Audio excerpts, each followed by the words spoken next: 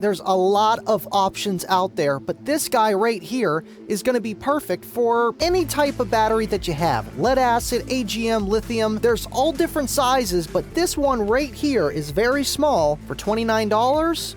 Let's talk about it.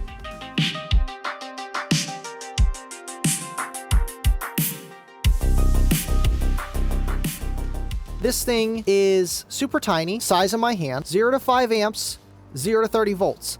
And that is the key, the voltage range so that you can charge multiple things. So do you really need this type of charger? Not all cases, no. But in every case, why wouldn't you? This power supply here, or battery charger, it's very small.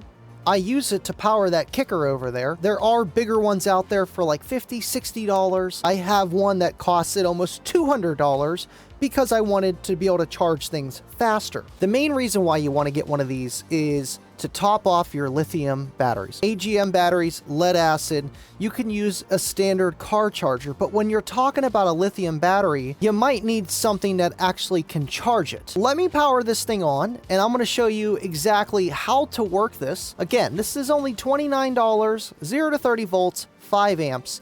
Nice for pretty much anything. All right, so here's the little battery charger, 5 amp power supply, the 30 amp big brother beside it. And we got a sodium battery here and an LTO single cell. Again, you can use this on any battery chemistry as long as it's up to 30 volts. That's the cool thing about this. And let's show you how to work it and things to look out for. Right now we see 12.4. That is the resting voltage of what this battery is charging at. And as we turn this, oh, we're at 0 volts. Well, that's the set point. So what you're going to want to do, if you turn this up, you're going to see that it goes very slow.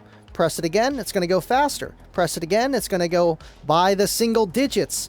And of course, we don't want to blow up this battery. And that's the thing you got to look out for, is make sure you know where the current is set as well. And that's the same function by pressing the button, pressing the button, pressing the button, and boom, there you go. You're down to 0 volts. And that's kind of where you want to leave it whenever you set it, forget it, so you don't mistakenly just hook it up and you get a big spark.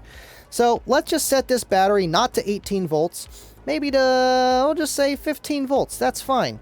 And let's put on some current, 1 amp. I only want to charge this thing at 1 amp. And as you can see, we're already up to 12.6 and it's charging at 1 amp. Let's turn this thing up full tilt boogie.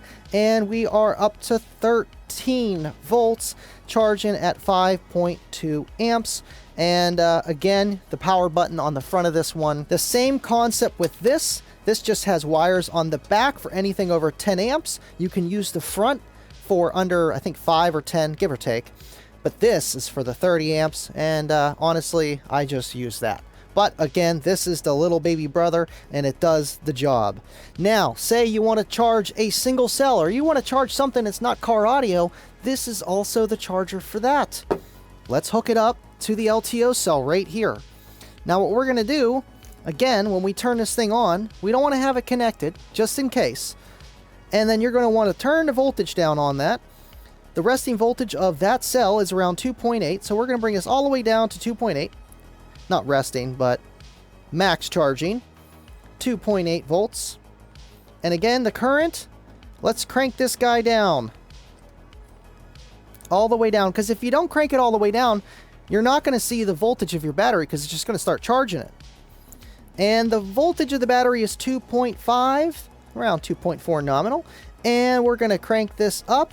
And as you can see, as soon as we start applying current, it's charging. Now, we got it set at 5.2 amps, but it drops to 3.6. Why is that? Well, that's just voltage, resistance, and current law. That's it. Science rules.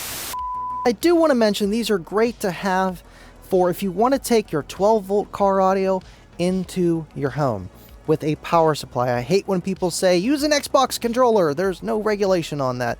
These, you can set the voltage and all that fun stuff, and it makes it a breeze. But I do recommend always running a battery in parallel before your amplifier that you might want to hook up. I hope you guys liked that video. I just see it all the time on the Facebook groups, Kicker Club, Bassheads on a Budget, I Just Want to Bang, all the fun stuff about what type of charger to use with my new lithium bank.